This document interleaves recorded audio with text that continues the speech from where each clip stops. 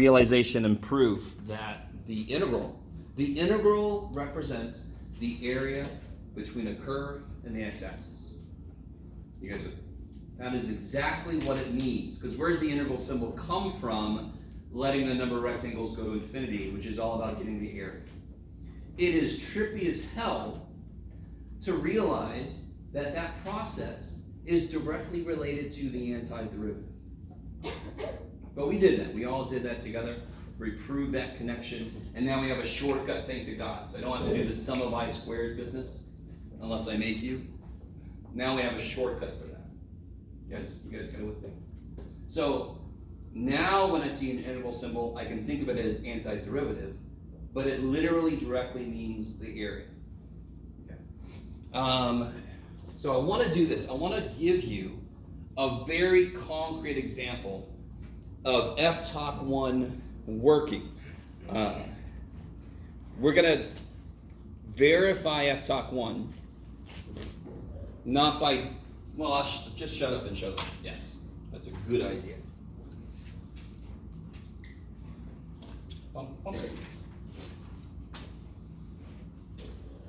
And then we'll get back into volumes of revolution.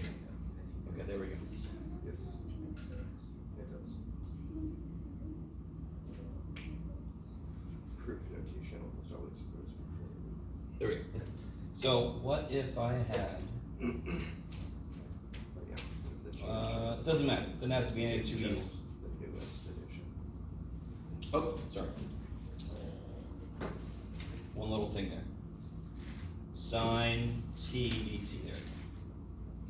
That looks like it's right for a FTOC1. You guys kind of with me? What's the dead giveaway here is x is one of the limits. The function inside is a function of t, because I can't have x and t meaning the same. I can't have x meaning two different things at the same time. Okay. Can you guys do that interval? Shit, yeah, don't freak out about the a and the x. Who gives a shit? Because what's the first step? Now that we've gone through a lot of stuff, what's the first step of doing an integral like this? Get the antiderivative. So what is the antiderivative of sine t? Negative cos t. Negative cosine. So this equals negative cosine t evaluated from 8x. 8x. All right, so everybody with me. So now what I'm doing is, now that we've worked with integration a bit, I'm going to revisit FTOC1, because understandably, it's weird. Does anyone agree with me? Yeah. Okay. You do, even if you're not saying. Okay. That was very concrete so far. We know how to do this shit. We've proven the antiderivative is what the integral wants, so we got it. What's the next step up here? What does this want me to do? Subtract. Evaluate and subtract. So throw the x in minus throw the a in. Is that cool? Right? This is the same old stuff we've been doing. Throw the x in, throw the a in, like Jacob said, the difference of those two things. Okay. You're all very unimpressed, and I appreciate that. So I get negative cosine x plus cosine a. Yes? Fascinating, John. So just to really make sure you understand, this equals this. So if I want to take this guy's derivative, that's the same thing as taking this guy's derivative, correct? If I want to take this guy's derivative, I just have to take this guy's derivative, yes? Because this is this. Yes? Kindness, yes. So what is the derivative of negative cosine x? With respect to what? Respect to x, sorry, we do it even. Jacob's like, excuse me, math boy. Where's your notation? Never out loud. With respect to x, because that's what everything's a function of. With respect to anything else, it would all just be 0. Would cos A then just be a constant, which means it goes to 0? What is a? From the very beginning, what is a understood to be? A constant. A constant. So what's the derivative of cosine a? 0. 0. What's the derivative of negative cosine x? Sine x.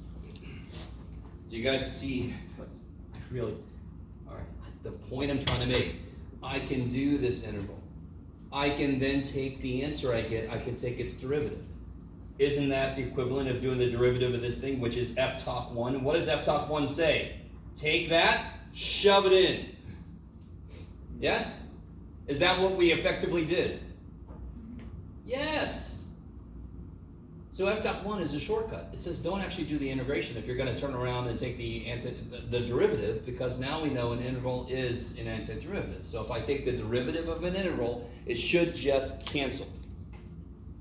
Let me do one more. If I was going to use f top 1 on this thing, what would come into play? What's the inside function? X squared. So therefore, what rule would come into play? Chain rule. Is everybody with me? When does chain rule come into play? When the normal thing that's x inside your function is more than just x. But I've given us a thing. You guys can do this integral, yes? This integral should be like a, oh yeah, thank God. What is the integral of e to the t dt? What's the integral of e to the t? E to the t, yes? From a to x squared. So I get this integral is equal to e to the x squared minus e to the a, yes?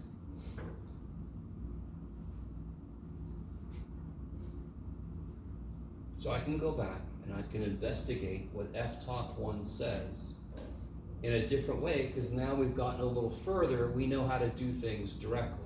If I have a function I can actually do. So what is the derivative of this? That would take f top 1, yes? But since we actually figured out what it is, to get the answer, I could just take the derivative of this, because these two things are the same, yes? What is the derivative of e to the x squared? What comes into play? Chain rule. Chain rule, so you can see it a lot better here, yes? But it's the same stupid thing, that's an x squared, it's more than just an x, so there's got to be a chain rule. So then, therefore, it would be itself times 2x. And then what's the derivative of e to the a? A is a constant. What's the derivative of e to the a then? 0, because e to the a is a constant, yes? E is a constant, a is a constant, e to the a is a constant. Okay. I don't know what's happening. So we're not doing anything more than the main thing we've been doing for a couple days, which is just antiderivative, shove shit in. I'm doing it in the context of f top 1. If I want to get this guy's derivative, if I'm able to actually do the integral, I can then do the derivative. What's the, we just did the derivative, so what is the derivative of this? What would f top 1 say? Shove this in times the derivative of the inside. Isn't that exactly what this says? Okay, and the crowd goes, yeah, try again, Jeff. Okay, all right. So I'm not saying you all of a sudden have to do this. I'm saying if we do this, it should make more sense out of f top 1. Would you want to do it the way I've just now been doing it for this here?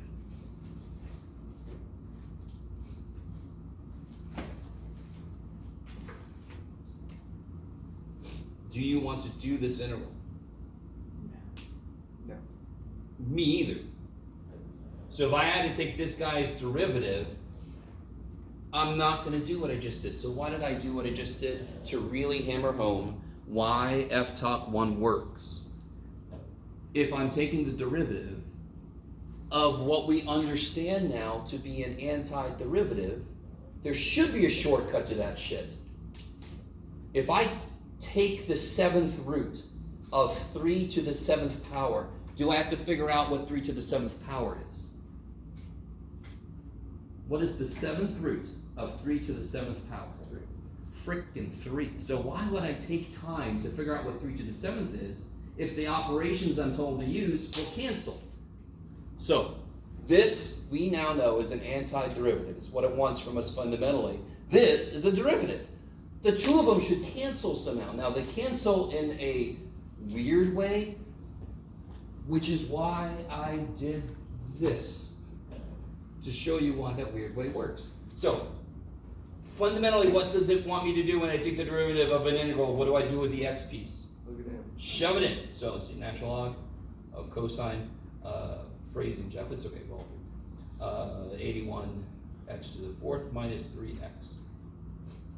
Times the derivative. Yes, times derivative of 3x. So I don't have to do the integral if it wants me to immediately take its derivative. Why would I do that? They're going to kill each other. Since it's got the limits and it's a little bit of a weird function, it cancels in a very specific way, like this. But did the natural log change? No, because the thing I wanted to do to it got canceled. Did you have a question? Who had a question? Yes. What if the a was on the top and the 3 Yes, was on good. the bottom? So how do these two functions relate?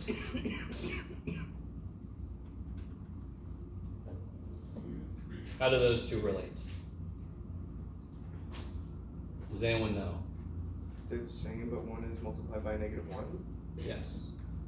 So if I'm given the integral from x squared to 7, the inverse tangent of t squared plus 4 dt, and I have to take its derivative, what's the very first thing I should do?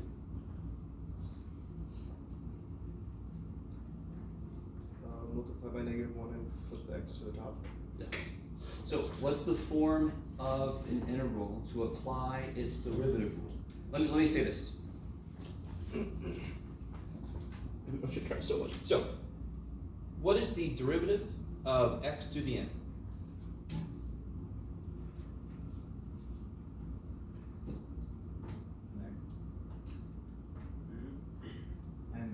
Yes, n, x to the n minus 1. See, you guys could have gotten brownie points. That was pretty easy. Now, what if I asked you to take the derivative of this monstrosity?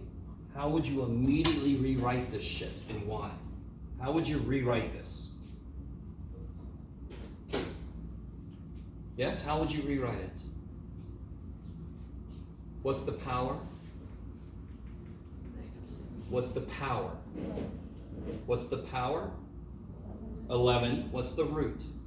And where is everything? On the bottom. So it wants to be to the 11/7 power negative because it's on the bottom. So of course you would rewrite a radical as a fractional power. Why do we do that shit? Why do we do that? Why? Because now it's in the form x to the n, yes? So if I have a rule for a function that is in a certain form, how do I apply the rule? Put the function in the form, yes? If I have a function that I cannot put in the form x to the n, I cannot use that rule. Sort of like if I had 7 sine 3x, I don't know. Can I use this rule to yeah, some of you guys know what this is related to. Like, if I had sine, all right, I'll stop. Obviously, I have to use the rule for sine. Yes? So, when do we use f-top1 and when do Okay. we use this? F top 1. So this guy right here is called the power rule. Yes? So the power rule tells me what to do when I have a variable base to a power. F top 1 is a long ass way of saying the derivative of an integral rule. This is the derivative of something to a power. So we just shorten that to power rule. F top 1 says, no, you don't have an x to the n. You have a function with a freaking integral on it. What is the rule for that guy's derivative? I desperately want you guys to really see this. This tells me the rule for how to take the derivative of something in this form. What's the rule of something sine of something? What's its derivative? Cosine. Cosine, blah, blah, blah, and maybe other rules come into play, but the main thing is it's cosine, because I know if something's in the form sine of stuff, the first level is cosine of stuff. That's its derivative. And maybe you have other rules that come in, but that's the main thing. Are you guys with me? That is the rule for something in the form of sine of stuff. What's the rule of something in the form of x to a power? This. What's the rule for a function? That's the integral of something. That's f top 1. Power rule, trig rules, f top 1. So when am I going to use f top 1? If I give you something like this, oh my God, I've made so many of these. I'm running out of stuff to do. Sure, that's beautiful, John. Good job. And I say, find the derivative of this. Is that in the right form? Why? Waiting for F top 1. Someday I'm going to learn how to read lips so I can tell what some of you guys are saying. Yes? For F top 1. Yeah. I mean, what's the rule that I use for this guy's derivative? I have to use f top 1. Why? Because it's in the form Is of it integral? Is it in the right form to apply f top 1? Yes. Why? Because you have an a as a constant in the bottom of the integral and a function of x at The the top. function of x is on top. If it wasn't, I would have to first rewrite it as negative that. So if I would have written, real quick, I'm sorry, let's do this first. That is in the correct form to apply f top 1. You guys don't even hesitate to tell me that the derivative of sine x is cosine x. You don't even think about it because you know if it's in the form sine business, its derivative is cosine business. You don't even think about it. If it's in the form integral of shit, its derivative is ruled by f top 1. So what is this guy's derivative going to be? What's the rule say? Take the variable expression and do what with it? Shove it in. Shove it in. Times the derivative. First level. The derivative of an integral function, if the variable function's up here, I can plug that in.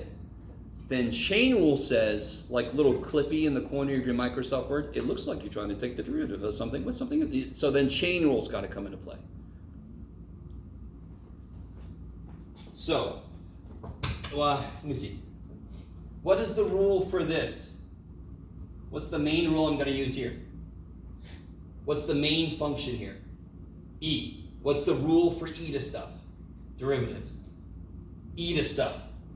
Yes, that is the rule for e to stuff. Now what rule comes in and says, hey, because the inside is more than just x. Okay, what's the rule for integral of stuff? I take the variable expression, as long as it's up here, and I shove it in.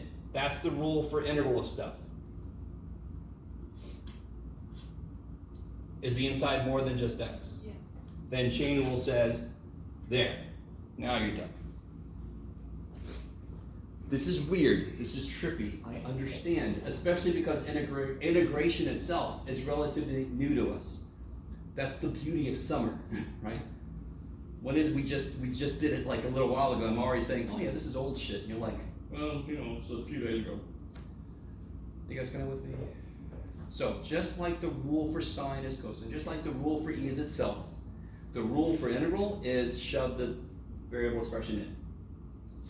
Then chain rule might apply after that. Yes? Okay, maybe. I don't know. Maybe? Yes?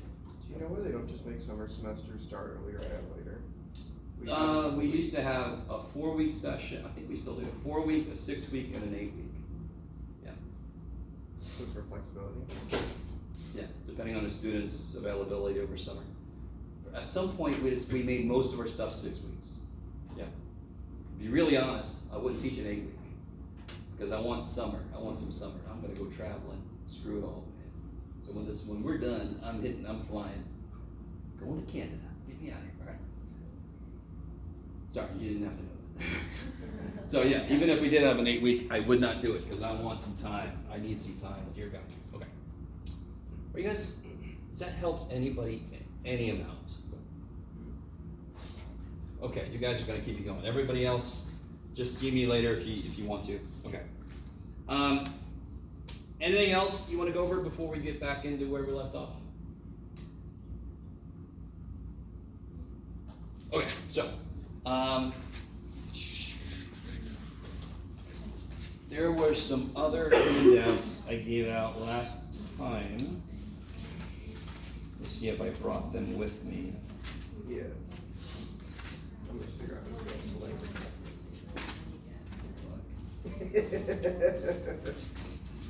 My brother has Did I a give slice, out? yeah, I wouldn't be surprised if I have it too. It's No. like a funnel. Shoot. Oh, here we go. So I think last time I gave you the very colorful, yeah, here we go. Oh man, I've written on many of them. Okay. Here we go. I love it. Who needs the remarkably colorful handout from last time? This guy. Okay.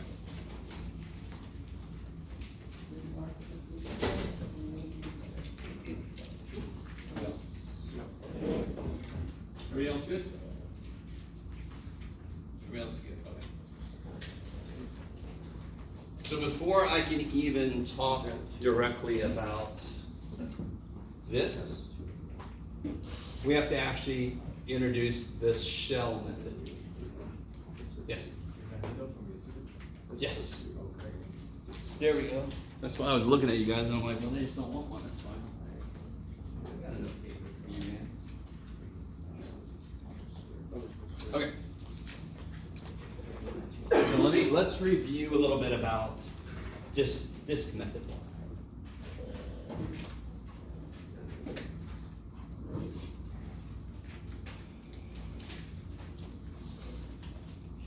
So the great thing about the disk method, so we had an example like this, yes? And let's say I was going to rotate this around the y-axis. So this is a little symbol you can put down for yourself just as a visual anchor. You want to be very nice to yourself. You want to put anchors so you can very quickly see, oh yeah, that's what I'm doing. Oh yeah, that's what I'm doing. Because in the middle of kind of a long problem, you might lose the thread a little bit. Have I been there? Oh hell yeah, you're in the middle of all this shit, you're like, what was I doing again? So if you put on there, oh yeah, I'm rotating around the y-axis, okay, yes? Because does anyone remember, for disk method, what does that immediately mean? So you have to have an inner and an outer. Okay, I love it. So both of those are beautiful. Yours is a step later. Yours is spot on. If I'm rotating around the y-axis or anything parallel to any vertical line, if I'm rotating around any vertical line, disk method needs integral dy.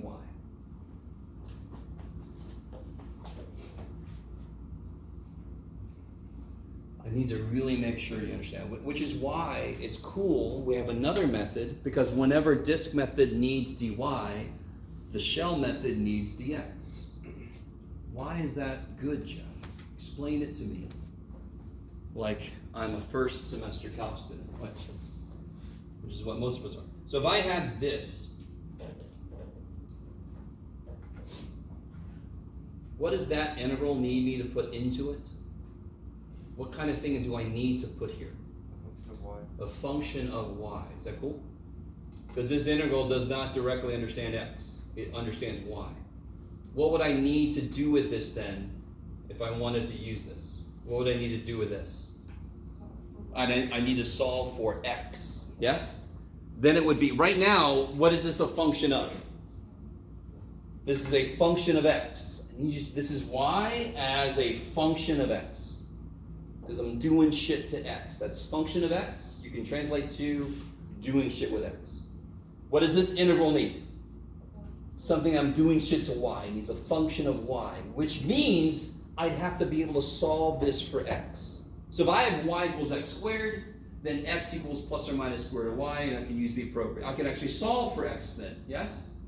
Can you guys solve this for x? Hell no. Not even you don't want to. Not even it's hard. You cannot solve that for x. Okay, I like it. We could do numerical methods, blah, blah, blah, but you're not going to get x as a function of y. You can't. Does everybody see that? So if I wanted to do this method here, and that was my function, I can't use this method. Because what does disk method need? dy, which means it needs a function of y, and I have a function of x that I can't solve. Who had a question? Yes? What's the rule for why you can't solve for y there? There's no rules. Solve for x then. There's no rule. How do I free that x up? You can't do it. Raise both sides to the e, and don't I then make other things stuck? How do I free that x up? Take the natural log of both sides. And then isn't that guy even more buried? Do you guys see what I'm saying? So will it always be like surface level obvious you can't solve for a letter? No. So you try to start and you're like, well, that's not going to work. So we're going to learn the other method today. If you start to try to use this method on a problem and you're like, I can't solve, use the other method. So part of why this lecture is difficult is I can't give you a full scope of it until I talk about the other method. But just remember this, I always tell people, set up what disk method would need first. If I'm rotating around the x-axis or something horizontal, it needs integral dx. That's the beautiful thing about that method is whatever I'm rotating around, parallel to. If I'm parallel to the y-axis, it needs dy. If I'm parallel to the x-axis, it needs dx. And then I can step back and go, well, is that going to work? If yes, do it. If not, use shell method. It's a little incomplete because we're like, I don't even know what shell method is yet, Jeff. I know. I haven't talked about it. Okay. So let's say that's not what this is. And it obviously is. Here it is. Where is my axis of rotation for this problem? Y-axis. Y-axis. And this whole idea is built on this. Let me try to do. You never have to draw 3D, but for some reason I feel the need to try. So if I just pick an arbitrary, so we're going from like 0 to something, yes? If I just pick an arbitrary location somewhere in there, there's my inner radius, yes? And if I rotate this, it becomes like that. If I go out, there's my outer radius, yes? I haven't given myself enough room. It's going to be okay, Jeff. So we'll go like this. So this inside is going to be hollow. So if I figure out this radius and get this disk, I can subtract it from this radius and this disk. And then it's going to leave the middle hollow. If I have a whole thing and I subtract the middle out, it's going to have a hollow middle. I love you guys so much. Okay, so let's see. Here is a cylinder. Yes? Here is a cylinder. Yes? Let's say the cylinder has a radius of 5 and a height of 10. Let's say I bore the middle out. Not bore like I bore you guys every day, but bore the middle out. Drill it out. So I make this little hollow inside. Yes? Can you guys all envision that? How would I figure out the volume that's actually still there? How would I figure out the volume that's actually still there? What's the volume of the whole cylinder before I cut that middle piece out? Well, I don't know if you guys remember. It's pi r squared h, yes. So what's the volume before I cut the middle piece out? Pi times what? Yeah, 5 squared times h. So an h was 10. So it's 250 pi. Is that cool? How do I figure out what volume is left after I cut out the middle part? What do I have to tell you that I haven't told you yet? You need the radius of Good. I need the inner radius. Do you see how I have an inner radius and an outer radius? Why do I need the inner radius? So I can figure out how much stuff to subtract. Yes? That's why it's pi r naught squared minus pi r pi squared. You subtract the middle out of the whole thing. That's why I call it a cookie cutter problem. I literally see a round thing of dough and I'm cutting a big ass cookie out of the middle. Yes? Okay. I keep looking at guys and you guys look like you're in gastrointestinal distress. So if I told you this inner radius was 2, how much volume am I cutting out? I'll say this is volume outer, volume inner. 45. Yeah, it would be pi times 2 squared times 10. It would be 40 pi. So how much volume is left after I cut the middle out? 250 pi minus 40 pi. You guys see that? That's exactly why if I have a hollow space in the middle, if my region does not hug, do you guys understand what I mean when I say that? If my region, do y'all agree that if this was my region and I'm rotating around the y-axis, does that region hug the y-axis? Yeah. Does this region hug the y-axis? And I know this is not technical language, which is why I love it, because the most important thing is the idea. The next most important thing is the terminology. That hugs it. I'm not going to have to subtract shit, because there's no hollow middle. If I rotate this, if I rotate it all the way around, it becomes a cone, yes? There's no hollow middle because it's right on its axis. If I rotate this thing, there's going to be a big part in the middle that's hollow. I just don't have any artistic ability. I'm sorry. It's going to be a big piece of the middle that's hollow. So if I have this pin and I rotate it, and as I rotate it, let's see if you guys are cool with this. The pin repeats itself. So there's now, won't that be like a little pin cup I just made? If I rotate this and everywhere the pen goes, there's material there. Now I made a cup. Isn't the middle hollow? Because my pen does not hug the axis of rotation. If I did this and I rotated it around, now it's going to be just a solid, chunky pen. I love you guys. And this is not your fault, by the way. This is weird. This is trippy. This is not immediately obvious. And you're all like, Dad is so right. So,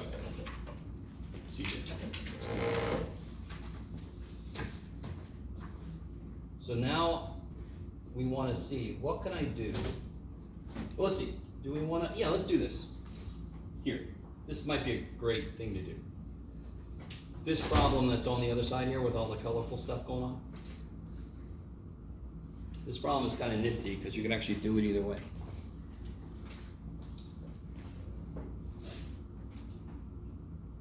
Okay, so right now, we're going to do this problem again after we talk about Shell's method, because you can actually do this one either way. So I'm going to rotate this around the y-axis. That's what I say over here, yes? So if I'm going to use this method, which everybody here, we currently have to, because we haven't talked about Shell method yet, what do I need functions of? Functions of y. Kick ass. So one thing you have to realize, let's see if you guys are cool with this. So this one's not too bad. Do you all understand this is currently a function of x? How do I make this into a function of y? Square both sides, and then add 1. Is that cool? I'm skipping some algebra, but if you square both sides and then add 1, you get here. Is that cool? Is this now a function of y? Now this one's a little bit trippier. What do I have to do here? And if I square root, it's supposed to be plus or minus, but do you guys agree that this is going to definitely be the positive part? So this will be, I don't have to put plus or minus. I square root both sides, and then I add 1. So x would be the square root of y plus 1. So these are the two walls I'm dealing with. So will you sometimes have to do this in the homework? Oh, hell yes. So that's one of the main things about calculus that gets students down is you cannot escape algebra because it is the fundamental thing, right? Almost every problem has algebra in it somewhere. So why did we have to do that? Because we want to use disks. I'm going around the y-axis. So what must my interval be? dy. Everybody with me? When you have a problem like this and I say you rotate, you go, oh shit, we're rotating. If I'm rotating around the x-axis, disk is integral dx.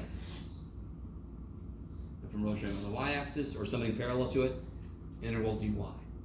And then it can say, will disk method work here? Can I, here it will, because I can solve both of them for x. I got functions of y, yes? Now, where's my axis of rotation again? Y. So I start there, and I draw out, and what have I just drawn? Our interval. Yes.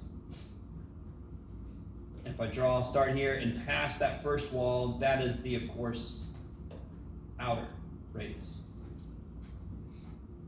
And this is why drawing a picture is so freaking important. Dear God. You want a decent little sketch. Now, just to make sure, I was talking about with somebody else earlier. I really didn't need to graph this part, and I really didn't need to graph this part, this little like freaky looking, antenna with this little weird yellow bug. I only need to graph the part that's between the two where they meet. Yes? So when you graph these regions, figure out where they meet, only graph that much so that this other shit doesn't confuse you. I think I did this just for completeness, just so you can see the two full shapes of the functions. Who had a, yes? What made you draw the lines at those? To do what? Did you see the inner radius and the outer radius? Yes. Why did you draw the lines at those points? I didn't, that's a beautiful question. Anything between 1 and 0. I could have picked any arbitrary place in there. Because, again, what's the disk method do? If I'm going to rotate around here, it's going to take this disk, and then the next disk, and the next disk, and add them all up, correct? So if I'm trying to do just a random disk, I can pick whatever position I want. What is the inner radius? Is the inner radius one thing on this picture? I know I drew one thing. Why did I do that? Because I'm a human and I want something to look at. Couldn't I have put it here? Wouldn't the inner radius here be this? Isn't the radius a function of y? Yeah. Do you agree? And what is changing? Isn't y changing as I march along here? So when y is 0, this is the inner radius here, yes? In fact, this is also the outer radius, so that was a little bit weird. Because that's where the two walls meet, yes? I'm going to march along here, the inner radius would be there, and the outer radius would be all the way out, yes? So if I just want to, what is the purpose of this step? I need to figure out what each one of these is as a function. Doesn't matter where I put it. What is this function? Y squared plus 1, yes? Even if I'm here, it's still y squared plus 1. If I'm here, it's still y squared plus 1. So I just draw a representative radius. What is the inner radius now? Y squared plus 1. Did it matter? Would it change if I would have put the inner radius here? It would have still stopped at the same damn wall. Does that make sense? So a lot of what we're going to do with shells and disks, I'm just going to draw a representative radius. With shells, we're going to draw a representative rectangle. So you could have freedom as to where you put this shit. I just can't put it here. Why wouldn't I put it here? Because the region doesn't exist up there, yes? So anywhere between these two, you can put them. Okay, so now I know my inner radius is y squared plus 1. And my outer radius is square root of y plus 1. Is that cool? And now I'm basically ready to put together my stuff. What is the basic geometric idea this is based on? What's the formula behind this whole thing? Why am I getting R's? What are the shapes we're going to make when we rotate? We make a big ass circle, yes? And what's the area of a circle? Yeah. So therefore the interval is going to have pi r squared in it, yes? So this would be the integral from what to what? So this is integral dy, correct? We knew that from the beginning. From what to what then? 0 to 1. 0 to 1. Pi times r outer squared minus pi times r inner squared.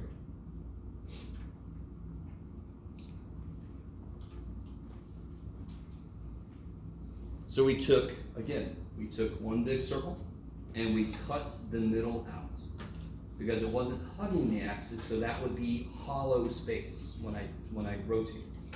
I want to cut that part out. It's not exactly the interval you'd want, but if you really think about it, that interval is beautiful. Cheers. It's just gonna be power rule, yes? There's a bunch of polynomial parts within radical that's gonna be in there, who cares? So what would you do to do this interval then? Factor out each of the ones. Oh, I see, well, opposite way, yeah, simplify, multiply it out, yeah. Foil it out, are you guys, go ahead and do it, I'll wait. Now that we got the interval set up, this should be the easy part. I don't want to make you feel bad if it isn't. I'm just trying to tell you it should be.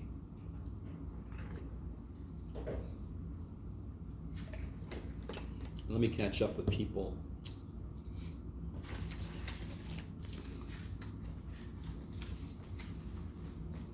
I do have something for, there it is.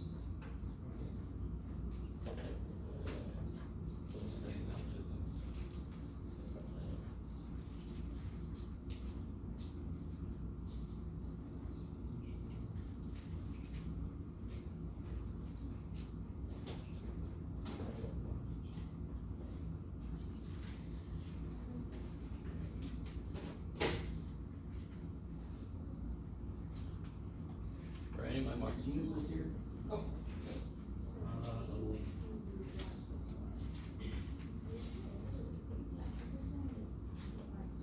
Warren? Yes. And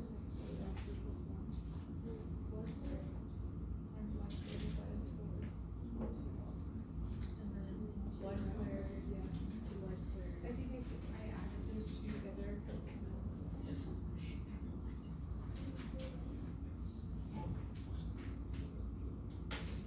Jocelyn, I just reordered those. Jocelyn, Sam, Francisco, Ian, no.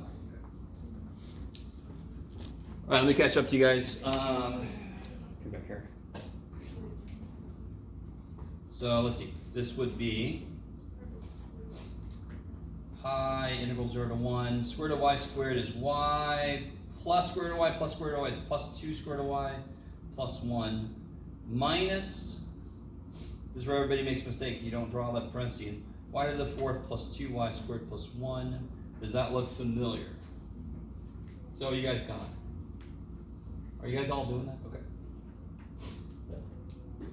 Now I can put my stuff together. Let's see. Y plus 2 rad y. The ones cancel, and that's really all that cancels. That's too bad for everybody.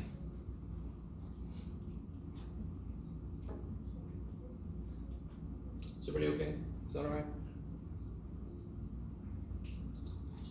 What's the integral? And this, of course, I could write as that. So you can do like we were talking about earlier, put it in the right form. What's the integral of y?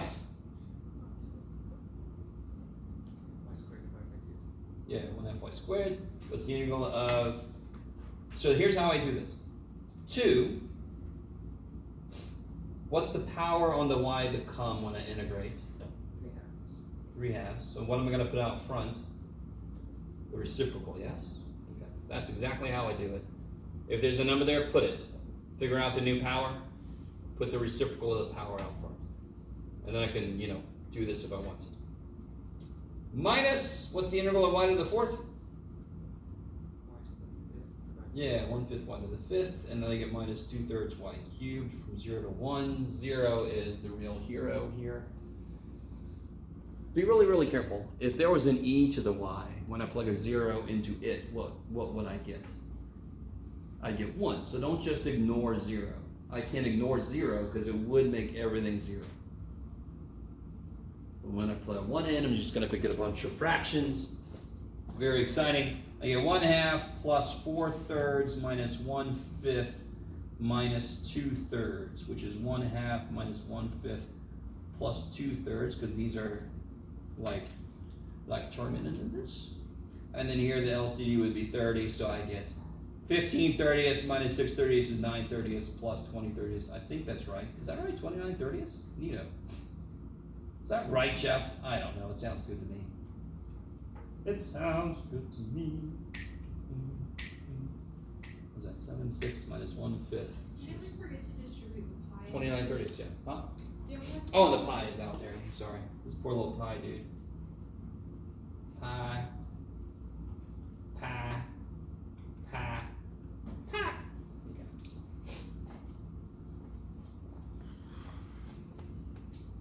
Alright, so once you get the integral set up, that almost always should be the easy step. That's where like, oh good, I just have to find the antiderivative now and plug stuff in. Okay. It's setting up the integral that of course is the hard part.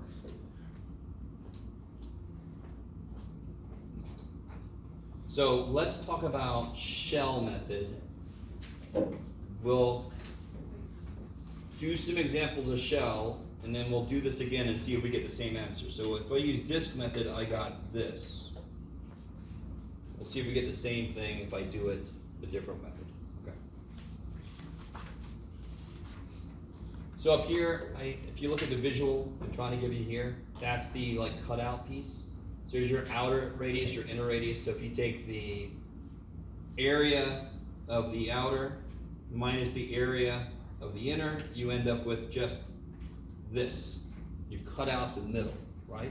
And then if I multiply by the thickness, I end up with the volume of that little piece. And if I add up all of those volumes, I get the whole volume.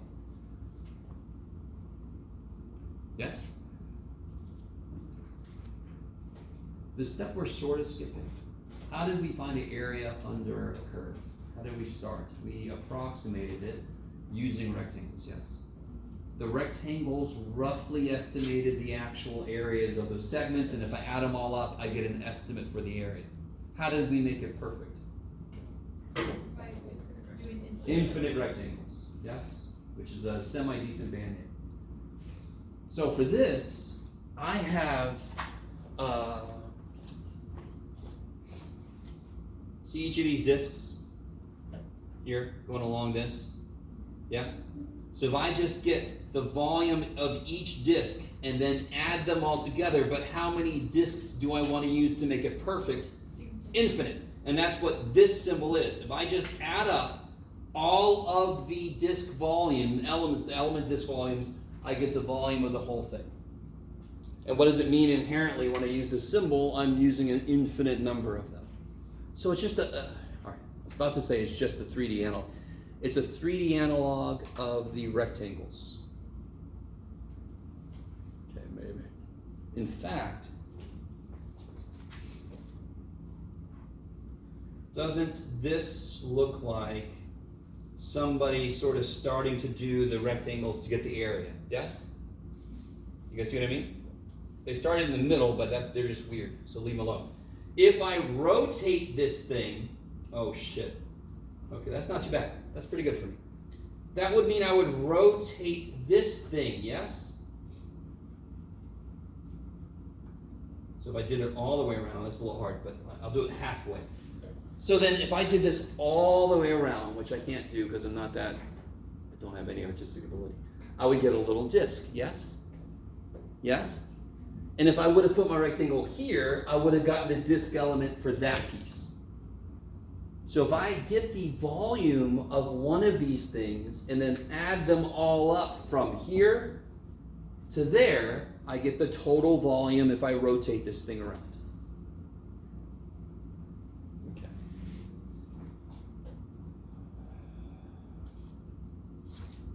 All right, so let's talk about shells. First thing I want to do is go over the, let me use this picture here, since it already exists. So here's a cylinder with a hollow middle, yes? This is the thickness of the cylinder. So then my question is, what would the volume of the cylinder be? So this middle is empty. And this has been, let me see if I can make this better. This has been bored through here like this. That's the picture I tried to draw earlier. Let me draw it again because that's, all right. So I've got a cylinder.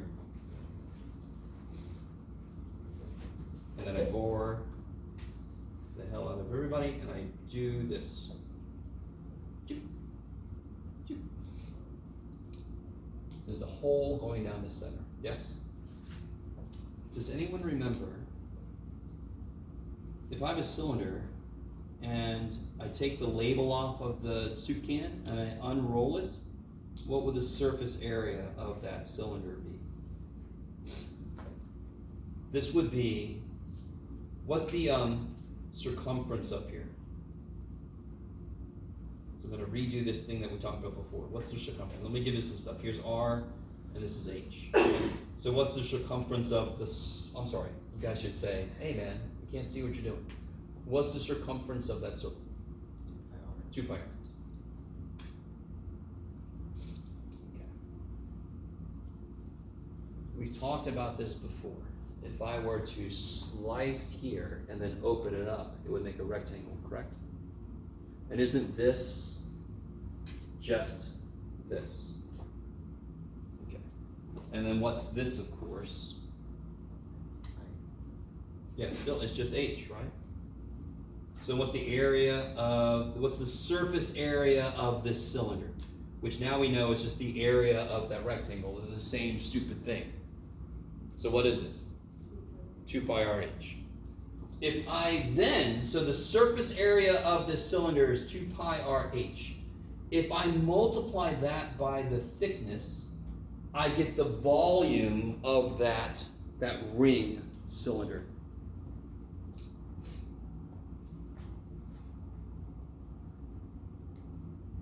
So what we're doing now, so discs are, I rotate and I make this circular shape. And I think about the thickness and I add up all the volumes from that. And that's why it's built off of pi r squared. Because they literally are just circles, because I rotate the damn thing. Here's what's happening with shells. And I'm not going to do a better job trying to draw this. I'm going to give you this handout. Because I made a computer do it for me, so that we all suffer a little less with Jeff's artistic mishaps.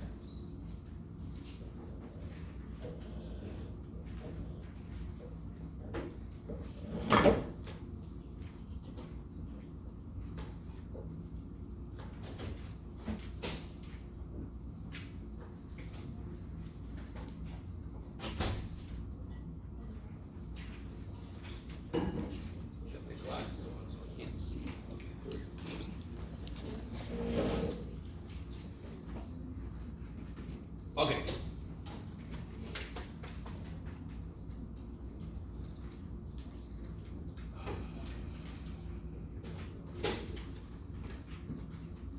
So here is a region.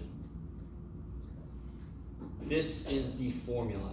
And by the way, I found this image and then I constructed a formula that actually, if you graph it, it does come out to be roughly that shape. Because that's what I do in my spare time. I want to rotate that region around the y-axis. Can you guys just take a moment and try to set up the disk method?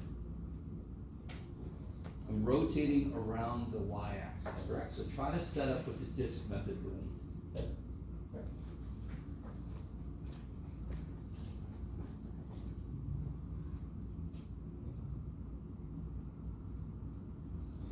So we can make this a little more specific. This is 2 to 4. And I'm rotating around the y-axis. It should not take too much to realize this is exactly what I warned you about before, right? I immediately know what does disks need. Integral d what? dy. And I immediately then say, screw disks then, right? Why? And you're all like, screw all of this. No, be quiet. Screw disks specifically, because what would the disks need me to do with this thing? Set it as a function. Solve for x. If it was quadratic, you could do it. It would just be exceptionally disgusting. It's cubic. Screw that shit. Do you guys follow what I'm saying? I don't know. Look. If these weren't there, could you solve for x? Jeff, you got the thing you can do. Here, look, it's amazing. There, you can do this. If those were not there, can you solve that for x? Shit, yeah, add 11 divided by 14.9. Those are there. Imagine trying to solve this for x. How are you going to do it? I want somebody to go, I'm not. All right. Are you guys at all with me? This is one level of how do I tell when to do which thing? What is the hardest thing in all mathematics? I understand this shit, but when do I do it? That's it, right there. That is the most common problem. Is I understand the method, but when the hell do I do it? So how do we determine between shells and disks? One primary thing is, if I want to do disks, it's integral d whatever. In this case, y, because I'm going around a vertical line, yes? And then I go, will my function work with that? No, so then screw disks. Not because I don't want to, not because I don't know how, because it won't work. Are you guys all with me? Why? Real quick, before I get too far. Why do disks need it to be dy? Because where's my axis? Where's my axis of rotation? The y-axis. So how would I draw the inner radius? I would put my pin somewhere here, yes? Anywhere in there, and I would draw, and there you go, yes? What did I just locate? What is that little arrow? It's the inner radius. And so if I rotate it, didn't I just locate the disk? The inner disk. Are you guys with me? So for disks, how do I locate a disk? Along the axis I'm rotating around. I need this to make sense. So isn't this one set of disks right there, yes? Inner, outer, yes? Oh my God, that's fantastic. If I went here, don't I get another set of disks? Yes? Yes? So how do I locate a specific disk along the y-axis? How do I end up adding all of them? What axis do I have to march along so I gather all of them? You need the function. I'd have to march along the y-axis. I can pick this one up, I can pick this one up, I can pick this one up. Yes, I have to go along the y-axis, get a disk, get its area, keep going. That is why disks, in this case, needs integral dy, because I find a disk along the axis I'm rotating around. So I'm going to find a disk along the y-axis. I have to integrate as I move along the y-axis. Okay. This guy says a lot of words. Okay. Here's what shell. Oh, go ahead. If you ever have something like this on the test, when it asks us to try, if we just write like Oh, I this, see. can we literally just write that? Like, Yeah, if I don't gave you wanna this do it. conceptual question and I said, I would say something like, explain why disks would not work. Okay. Yeah, this is on a handout.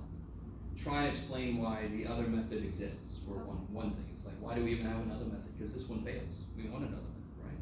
On a test, the most I would do might be a conceptual question. Why, in fact, I've been known to do this. Why would disks or why would shells not work here? Okay.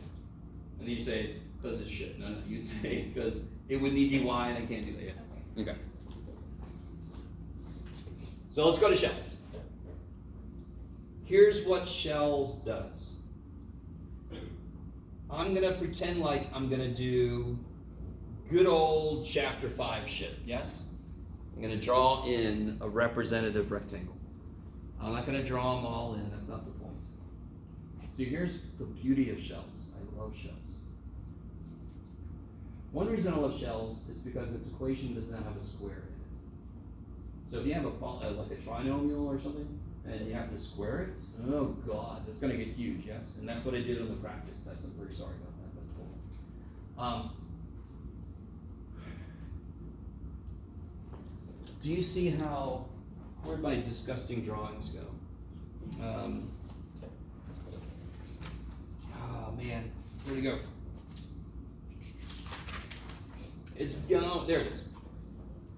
Do you see how if I have a rectangle and I rotate it, doesn't it create this shape? If I have a rectangle and I rotate it, doesn't it make a shell? Okay, maybe. So if I have this and I just rotate it around this axis, it is going to make a cylindrical shell. That's half of it, yes? And if I keep going, it's going to make a full shell. Is everybody with me? So in cylindrical shells, you draw a representative rectangle, and then we're going to rotate it around the y-axis. Do you see how I drew the rectangle parallel to the axis I'm going to rotate around? That only makes sense, because I need to be like this so I can rotate it and make a shell. Yes? How did I locate my rectangle? Where is it? How would I find another rectangle? Let me see if you guys are cool with this. If I said, where is this rectangle, you would say what? Somewhere between what? Beautiful. Where is that rectangle? Somewhere between A and B. Where does A and B sit? So how do I find a rectangle when I'm doing the shell method? In this case, on the x-axis. And what axis am I rotating around? The y. So see how this would need integral dx. Because I find my rectangles for my shells along the axis that is perpendicular to the one I'm rotating. I need you to get, this is such, when I learned this, I really didn't. Because my teacher sucked. And some of you guys are like, I can see it. Be quiet. They did not make it clear why one was the x and one was the y. But it's all just, how do I find the thing that makes this exist? How do I find the radius along the axis I'm rotating around? How do I find the rectangle that's going to make my shell along the axis that's perpendicular to what I'm rotating around? So this would have to be dx. So wouldn't I take the contribution from this guy, and I'm not going to try to graph this, but see right here, look at that, that's beautiful. That's what I was trying to do here. Look at this shit. Gaze upon this shit. This is the beauty. Look at this beautiful thing. So if I took this rectangle and I rotated it, don't I get this shell? Yes? And by the way, this is what I get if I rotate this. Do you guys see how there's a hollow middle? Doesn't this look like an upside down bundt can? I don't know if a bundt cake pan. I don't know if anybody Googled bundt cake if you don't know what that looks like, but it's got the hollow middle. Yes.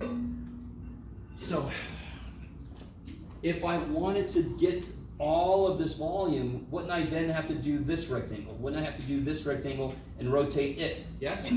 So then how do I get all the shells? I have to march along the x-axis to pick up one rectangle, bam! Another rectangle, bam! Another rectangle, bam! And I add all this shit up, yes? That's why it has to be integral dx, because I have to march along the x-axis to gather them all up. Okay. And you're all like, what is happening? Okay. This specific shell that's drawn right here, this is what we did earlier. That is its volume. That is exactly what we got earlier, correct? 2 pi RH was the surface area times the thickness is the volume of that shell. So that is so beautiful. There's no square in it. Yes? Okay. What is the radius of that shell I just drew? What's the radius of the shell I just drew? Or where is this rectangle? Where is it? I put it at xi. Let me just say it's at x. It's at some x in between A and B. You with me? So what is the radius of this cylinder? Where's the center of the cylinder? Y-axis. So what's the radius of the cylinder? X. Kick ass. Wherever the shit your represented rectangle is the radius. How far away from the axis it is. I should be careful. Okay. All right, let's do this. Let's do an example. So let's try this one out. So everybody, take a minute. Pick your favorite place in here. Here, do it in a different location. I'm gonna draw my rectangle right here. If you want to do the same place, feel free, but put it anywhere within there. It doesn't matter where you put it.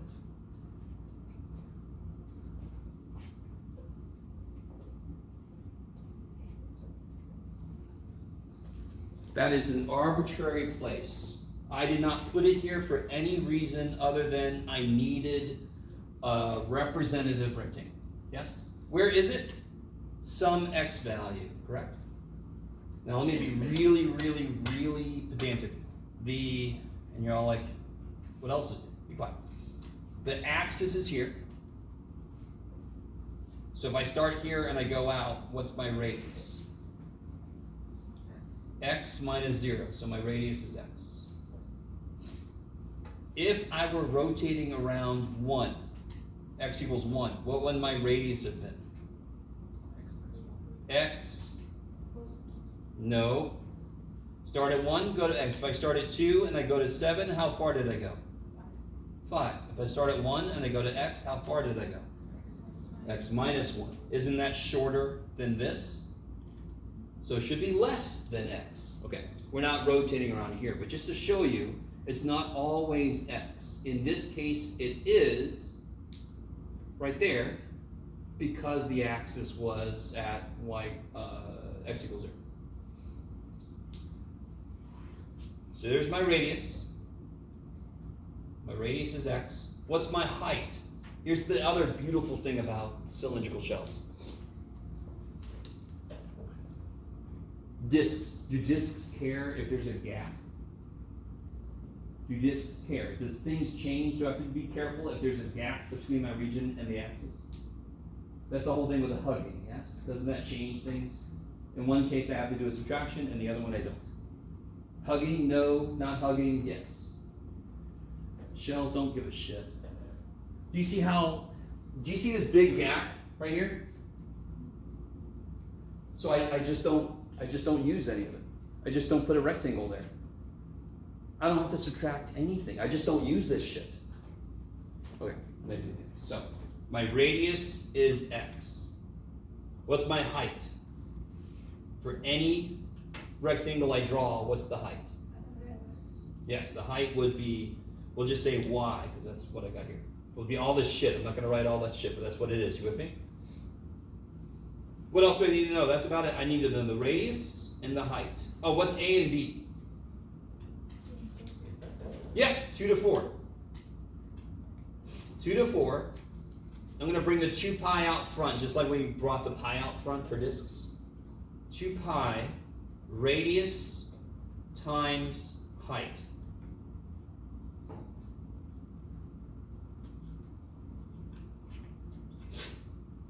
And it's dx because I'm rotating around a vertical line, so it's based on the perpendicular to that. Or the way to think about it is, discs would need dy, therefore shells needs dx. It's always true. Whatever one needs, the other one wants the opposite. Which is great, because sometimes I can't do one method because I can't get the function to work right. I just use the other method. Now real quick, are you guys cool if we don't do that? That is a little gross, but who cares? Is that easy to integrate? Right, it'd be 0.5, you distribute the x. So it'd be like x to the 4th, so it'll be 0.52 over 5 x to the 5th. Is that right? And then you just plug it in. Are you guys all cool with that? You understand what I'm saying? It's a polynomial. So see me if you think it's hard. Okay. So, other side.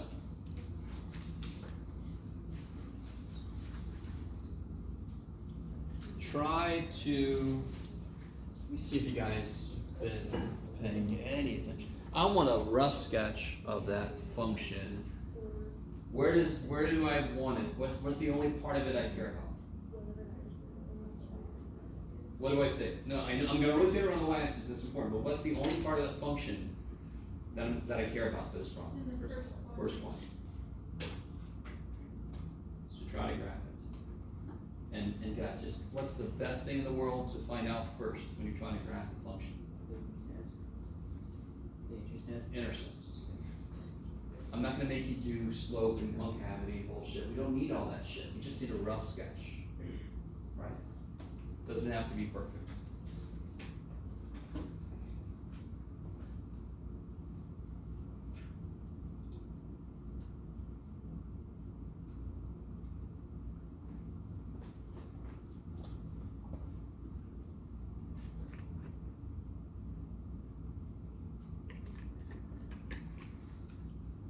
Do you guys remember what to do if you're trying to find x-intercepts? You set it equal to 0.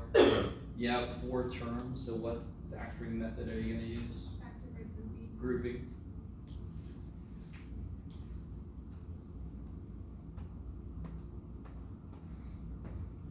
Or even, in this case, factor by guessing doesn't hurt, because you can maybe tell that, I don't know, 5 might do something interesting.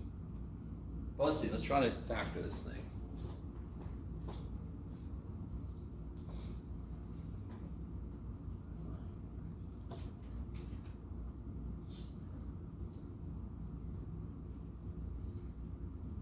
So if I group, that just means do this. Out of the first 2, what comes out? X squared. Yeah, I'm gonna take a negative x squared out, just to get that negative out of there. So then that becomes positive x, and that becomes minus 5. Now here's the trick. This is the thing that always screwed up my algebra students. If you don't think you can take something out, you can. You can always take out 1. And the reason that's good is now, what's common to both of these? X minus 5. So I take that out, and then what's left? Negative x squared plus 1, or I like how you just said it, 1 minus x squared. Can you factor 1 minus x squared? Yeah. What do you get? 1 minus x, 1 plus x. So what are my 3 x-intercepts? 5, 1, and negative 1. Which one do I not care about? Why? Because it's not in the first. It's not in the first quadrant. So I know the problem wants me to focus on the first quadrant. Negative 1's not in the first quadrant, so screw it. I'm just gonna graph the part that the problem cares about. Are you guys all with me? This is how them telling you walls. In this case, they told me x equals 0, y equals 0. That's what the first quadrant. I'm in there. So that kind of helps me focus just on what's important. So I got a 1 intercept and a 5 intercept. To get a rough sketch, can somebody tell me a good input to figure something out here? 2. I would put 3, yes? Just to see where the shit this thing is. So if I put a 3 in, what do we get? I get negative 8 times negative 2, I get 16. You guys see that? If I put a 3 in, 1 minus 9 is negative 8, 3 minus 5 is negative 2, negative 8 times negative 2 is 16. Are you guys okay? Okay, so 16. So this is a rough sketch. This is a bullshit sketch. This is fine, because the point of the problem is not to graph. That looks like a parabola, don't it? It shouldn't, but I don't give a shit. I've got the important things. What do I need? I need to know where things start and end, so I know what the limits of my interval is going to be, yes? The actual shape of it doesn't matter to me at all. You guys follow? Sort of? Okay. What am I rotating around? Y-axis. So if I wanted to use this is what I would do if I were you. Graph the region, put a little thing around there, and what would disks need? Integral d what? dy. Does that sound like the way to go? No. Why not? Because I would need to do what with this? I'd have to solve it for x, yes? Do you guys see that? This is the thing that students are always asking me about. When do I do that, Jeff? When do I do this? I get that. When do I do it? Well, this is what tells you. I'm not going to do disks because disks needs this. Screw you, disks. What does shells need? Yeah, it's always the opposite of what disks, always the opposite of what disks need. So can you guys take a moment and draw in a representative rectangle? Does not matter, as long as you're within 1 to 5, I don't care where you put it.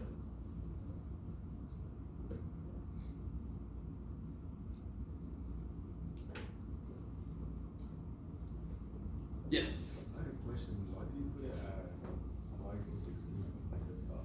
Oh, I just plugged a 3 in. I plugged a 3 in and saw it had an output of 16.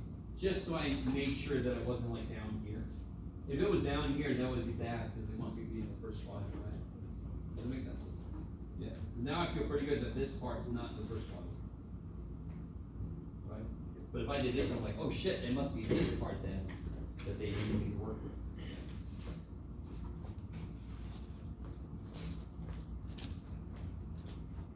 Alright, so I'm gonna draw in the rectangle that nobody drew in, I don't think. Did anybody draw that one in? I like him. Good.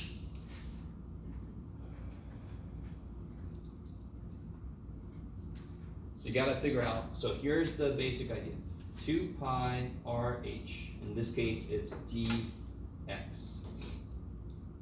That is always true for shells. It's 2 pi RH, dx or dy, based on whichever thing you're doing for that problem. We're doing dx for this one. What is r? Where's my center? The y-axis. So what is r? X. So r is x, and what's h? The function. Good. So this would be 2 pi, and what am I going from to? Good, because it's all about x here, right?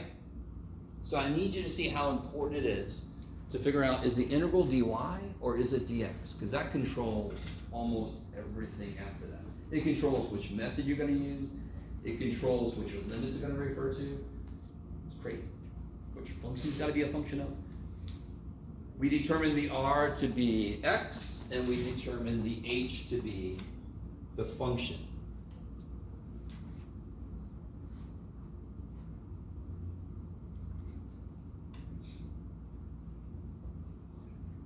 Does everybody understand that that is, the next step is easy as shit? Is it bad if I say that? Does anyone want to hurt me if I say that? What would I do immediately next? Distribute the x. And then I would, elements. I have to find the antiderivative first, right? So make sure if your integral is looking at you and you never integrate, it's bad. But don't get me wrong, that happens. A lot of people, because you have to do all this work and you feel like, I've done enough. No, you haven't integrated yet. Yeah. Oh, okay. I can't remember. I think the last one. Darn it. Is it the next one? Let me see. Here, let's do this. Okay. Let me think. Give me a second. Gotta save that. Do it about, yeah, if I do it. Okay. I'm gonna alter the second one because past Jeff, I was just thinking to myself that would have been a great problem to do. I'm gonna alter number 2 because I have the power. I'm gonna change number 2. Let's make this say x equals -2.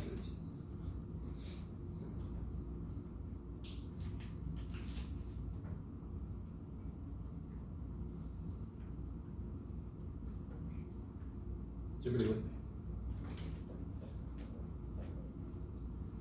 Is everybody cool if this problem is not done? You still have to integrate, but I'm really hoping that's not that big a deal. Antiderivative, plug the shit in, use your calculator. Blah, blah, blah, blah. Okay. Can you guys take a moment? What's the most important thing on number 2? Number 1, it was about the intercepts because it's just one function, but it has to live in the first quadrant, so I was curious, where does it hit the axes? Does that make sense?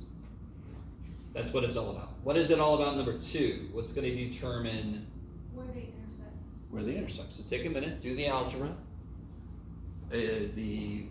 This step doesn't care if I'm going to use disks or shells. It just is algebra. Set them equal to each other.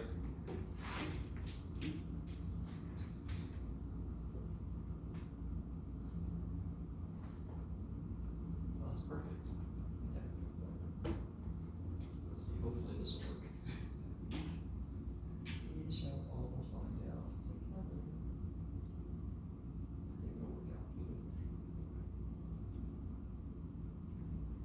Everybody wrote on your paper at the end there, x equals -2, so future you doesn't get confused. Be kind to future you. Yes? Cuss out past you. It's past you. Past me is a freaking lazy jackass. He never does anything. Future me, I've got to be very nice. Give him a future me. Yes? Oh, let me grab.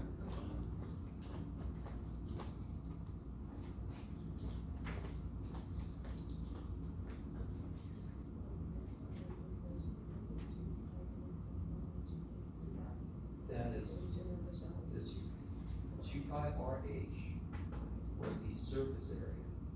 And if I multiply by the thickness, it gives me the volume. So it's like a ring, just repeated, right? So what's the volume of that? This has got a thickness to it. It would be the surface area times the thickness. Yep. Just like with discs, it was a bunch of areas, that's why it's pi r squared added up. The integral of pi r squared. This is a bunch of volumes of the shells, 2 pi r h dx, added up in. Alright. What do you guys get?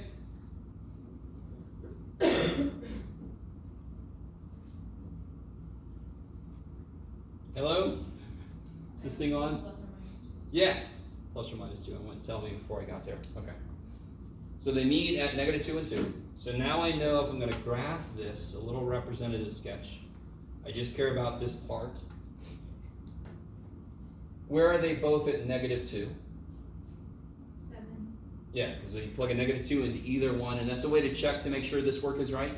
You should get the same output. -2 squared is 4 plus 3 is 7. 11 minus 4 is 7. Yay! So they meet at 7. And where are they at 2? Did I go the wrong way? Wait, -2. Yeah, I'm good. And of course, if I put a 2 in, what are they? 7. Okay, now. Do you all agree with me that one of those parabolas is opening up and one is opening down? So a real quick thing I always do, especially in the case where I have intercepts that kind of like are around my y-axis, just plug a 0 in. In this case, they've only been moved up and down, so their vertices are going to lie on the y-axis. So what do I get for f of x when I put a 0 in? 3. And what do I get for g of x? 11. So this is f of x, and this is g of x. I do not have to sketch the whole parabola. I just have to sketch between where they meet. That is the region I'm going to do stuff with. So this is one parabola and the other parabola, and I just kind of like chop off the ends, right? Don't have the little whiskers hanging out. You can if you want to, but you need to. Somebody understand how I just did that? I really want to make sure you understand. The point of this problem is not to graph the function. The point of this problem is to get a volume. That's why I'm allowing you to look at my scale. Is my scale good? My scale sucks ass. Does it matter? No, I just need a quick visual. The point of this is not to graph. The point of this is to get the volume. This is just going to help me anchor myself physically. What am I rotating this around? I see it's -2. And where's that? What kind of line would that be? It's vertical. Vertical, right here. So I'm going to take this and I'm going to rotate it around and make this weird kind of like tube. Maybe this is like it's not an inner tube because there's no space in the middle. What is that? I don't know. It's like one of those cushions you put down on the chair at the ball field, so you can put your ass in it and you don't feel like you can sit there for an hour and you're not going to go crazy. Or not. Whatever you guys want to use. Okay. Let me see. Yes. So we've got the representation. We've got the axis of rotation. How am I going to draw in a representative rectangle? Is it going to stand up or is it going to lie down? Do you understand what I mean by that? Stand up, lie down. Which one is it going to do? Does anyone remember how does it have to be related to the axis of rotation? It must be parallel. So I'm going to draw a rectangle standing up. If I was rotating around y equals something, I would draw a rectangle laying down. So what's my axis of rotation? Vertical. How do I want my rectangle? Standing up. I want my rectangle vertical. In fact, why am I not using what I really should have done? Why am I not using discs? What does discs need? What would they need? dy. Now, I could solve these for x, but it would be plus or minus, correct? I'm not sure if you guys are going to be with me on this one. Do you understand that this is 11 minus x squared? This would be the positive radical when I solve for x, and this would be the negative radical when I solve for x. I would have one wall with two functions. I'd have to break up my integral into two parts. So screw disks. I can technically solve these for x. Does everybody understand? That leads to such horrendous shit that I'm like, why would I do that? So it's not, in this case, it's not I can't do it, it's I don't want to do it. So screw disks. What would shells need? And then I can leave these guys exactly as they are, yes? So I find a rectangle along the x-axis. So I'm going to draw a rectangle in just like this. See that? Can anyone tell me how tall that rectangle is that I just drew? How tall is it? I always get the feeling somebody wants me to have an answer like 7. But no, it's g of x minus f of x. Do you guys see that? That's how tall that rectangle. Well, first off, I should have said, where is the rectangle? Where is it? At some x value. How tall is it? What's the height? G minus f. What's the radius? Now, how do you always find the radius? I don't care what method you're using. How do you always find the radius?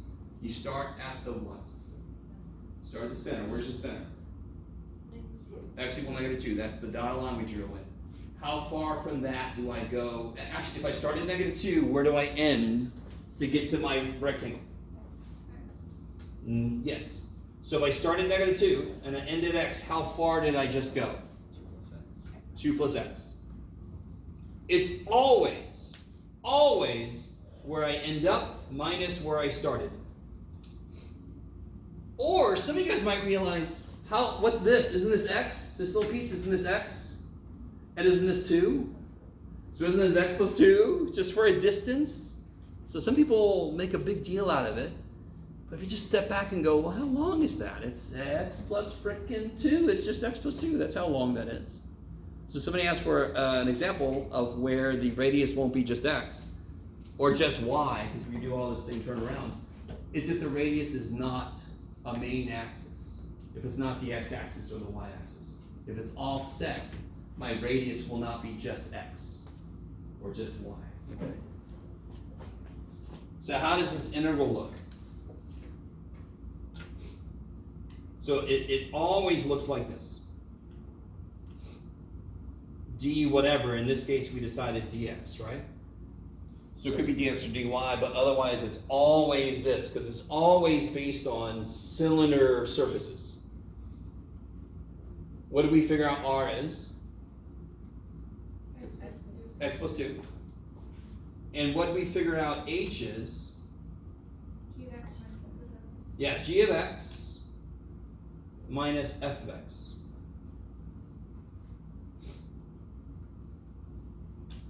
And what am I going from to? Well, what axis do I look at to get that? The x. So what am I going from to? -2 to 2. -2 to 2. Now if you really think about it, that inside simplifies nicely, then you FOIL. That is not that's not hard. Do you guys understand what I'm saying? You simplify the inside, you FOIL, then you integrate. Easy shit. It's just a polynomial. That's where you should cry a little bit. Thank you, Jeff. It's just a polynomial. Maybe.